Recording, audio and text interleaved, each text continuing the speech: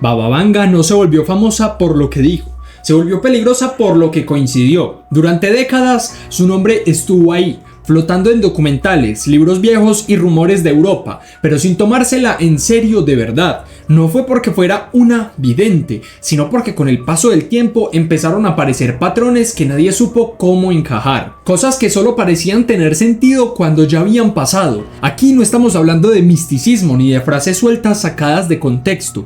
Estamos hablando de coincidencias que aparecieron después de su muerte y que incluso a día de hoy siguen siendo predicciones acertadas.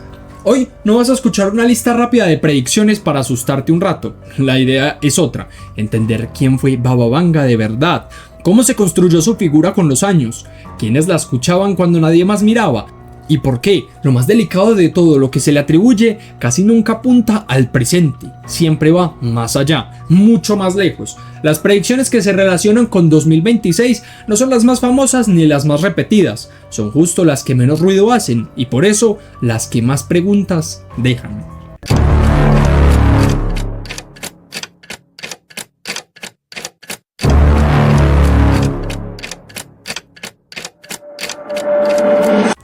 Su nombre real era Vangelia Pandeva Dimitrova y nació en 1911 en Strumica, una región que en ese momento no tenía nada de mística ni de especial. Era una zona marcada por guerras constantes, fronteras que cambiaban cada pocos años y una pobreza que no daba tregua. Su infancia estuvo rodeada de guerras balcánicas, familias que se rompían, muertes cercanas y hambre. No creció en un entorno que la invitara a creer en cosas extraordinarias, sino en uno donde sobrevivir ya era bastante complicado. El evento que siempre se menciona como el punto de quiebre fue el accidente en el que perdió la vista durante una tormenta fuerte.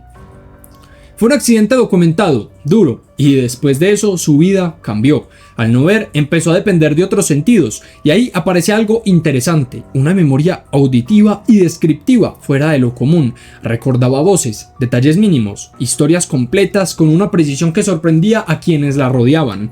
Pero durante años ahí se quedó todo. No hubo predicciones, no hubo fama y tampoco seguidores. Nada de lo que es hoy en día. Su nombre empezó a circular cuando las personas cercanas aseguraban que Vanga podía describir hechos pasados con una exactitud absurda, no el futuro, el pasado, cosas que no tenía forma lógica de saber, detalles personales, eventos ocurridos lejos, situaciones que solo cobraban sentido cuando alguien confirmaba lo que ella decía. Y ahí es donde la versión oficial empieza a quedarse corta, porque no hay una explicación clara de cómo esa fama fue creciendo sin promoción ni interés mediático. Y aquí es donde la versión oficial deja de tener sentido. Con el paso de los años, especialmente entre las décadas del 50 y el 60, Baba Vanga deja de ser conocida solo en su entorno cercano, pero lo curioso es que no se vuelve famosa entre el público general, empieza a ser conocida entre funcionarios, militares y personas vinculadas al poder en Bulgaria. Y, más adelante, en la órbita de la Unión Soviética. No eran visitas improvisadas ni curiosas, eran consultas discretas, organizadas y, en muchos casos, repetidas. Esto ya cambia bastante el panorama. Hay un dato que suele pasar por alto y que lo cambia todo. El Estado búlgaro terminó regulando sus consultas, no solo permitiéndolas, sino estableciendo precios oficiales. Parte del dinero que pagaban quienes la visitaban iba directamente al Estado. Si todo esto hubiera sido visto como una simple superstición, nunca se habría institucionalizado de esa forma. El gobierno no la promocionaba, no la ponía en carteles, ni en televisión, pero sí la controlaba. Sabía quién entraba, quién salía y qué se decía. Y eso dice mucho más que cualquier leyenda. También hubo visitantes extranjeros, gente que llegaba desde otros países, muchas veces con traductores oficiales. Las traducciones no eran libres ni espontáneas, estaban filtradas. Lo que se registraba era parcial.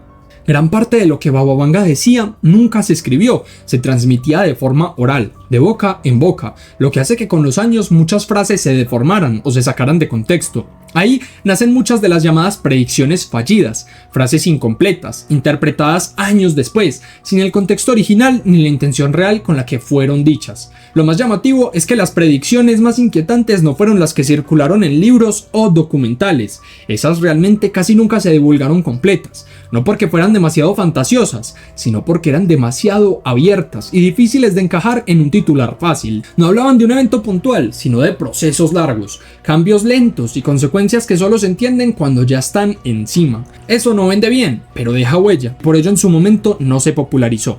Baba Vanga nunca habló del futuro como si estuviera viendo una película adelantada. Eso es uno de los errores más grandes cuando se habla de ella. No daba fechas exactas, no marcaba días ni años concretos, y tampoco decía, esto va a pasar así y punto. Su forma de comunicar era otra muy diferente. Siempre hablaba en términos de cambios, de etapas que se abrían y se cerraban. De eventos que no venían solos, sino encadenados. Por eso muchas de sus palabras quedaron flotando durante años sin llamar la atención. Solo empezaron a cobrar sentido cuando la gente miró hacia atrás y conectó hechos reales que en su momento parecían aislados. Ella misma decía que no veía el futuro como imágenes claras, no hablaba de visiones nítidas ni de escenas completas, decía que recibía información fragmentada, pedazos sueltos, sensaciones, datos incompletos, ideas que no siempre entendía del todo en el momento en que las decía. Eso explica por qué muchas de sus frases quedaron abiertas, sin cierre, y por qué otras fueron reinterpretadas después de eventos históricos importantes. No porque ella cambiara su discurso, sino porque el contexto cambió, y cuando el contexto cambia, las palabras también pesan distinto. Por eso, cuando se revisan sus supuestas predicciones, hay que entender algo clave. Muchas no tenían sentido en la época en que fueron dichas. Hablaba de conflictos sin nombrar países, de cambios políticos sin señalar gobiernos, de crisis que no llegaban con explosiones ni guerras inmediatas, sino de una forma lenta. Lo mismo con los avances tecnológicos. No describía máquinas ni inventos con detalle. Usaba palabras simples, casi vagas, que en su momento no decían mucho. Años después, cuando la tecnología avanzó, esas descripciones empezaron a sonar inquietantemente cercanas a cosas reales. Aquí viene un giro importante. Las predicciones más concretas de Baba Vanga no estaban pensadas para su tiempo, no apuntaban a su presente ni al futuro inmediato, siempre iban más lejos, décadas delante. Eso hizo que durante muchos años se viera como una figura curiosa, pero inofensiva. El problema es que cuando esas décadas empiezan a alcanzarnos, el interés vuelve, y no siempre de la mejor manera. Y lo más extraño es que las predicciones más lejanas son para nuestro presente. Sí, 2026. Y antes de revelarte las predicciones para 2026, te pediré que te suscribas, porque en este canal te encontrarás todo tipo de misterios interesantes. Continuemos. Cuando se habla de las predicciones que hoy se asocian con 2026, es importante aclarar algo desde el inicio. Baba nunca dijo, en el año 2026 pasará esto. Ese número aparece mucho después, en interpretaciones posteriores. Investigadores, periodistas y personas que estudiaron sus palabras intentaron ordenar sus frases dentro de líneas de tiempo más claras. Ahí es donde ciertos fragmentos se empezaron a agrupar alrededor de mediados de la década del 2020, no como una fecha exacta, sino como una etapa. En esos fragmentos lo que aparece no es un gran evento que lo cambia todo de golpe. Quizá haya una guerra mundial enorme, clara, o un desastre inmediato. Depende de la interpretación. Lo que se repite es la idea de cambios sociales profundos, pero silenciosos. Cambios que no llegan con caos visible, sino con ajustes pequeños, que, sumados, transforman la forma en que la gente vive, trabaja y se relaciona. También se habla de un reordenamiento de poder, no necesariamente entre países, sino entre estructuras. Quien decide, quien influye, alguien más controlará la información y los recursos.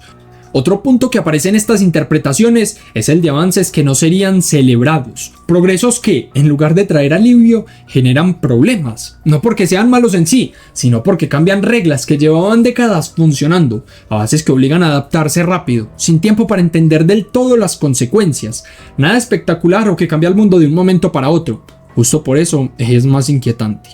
También se habla de crisis silenciosas, problemas que se acumulan poco a poco, que se normalizan, que se vuelven parte del día a día, hasta que ya es difícil recordar cuándo empezaron.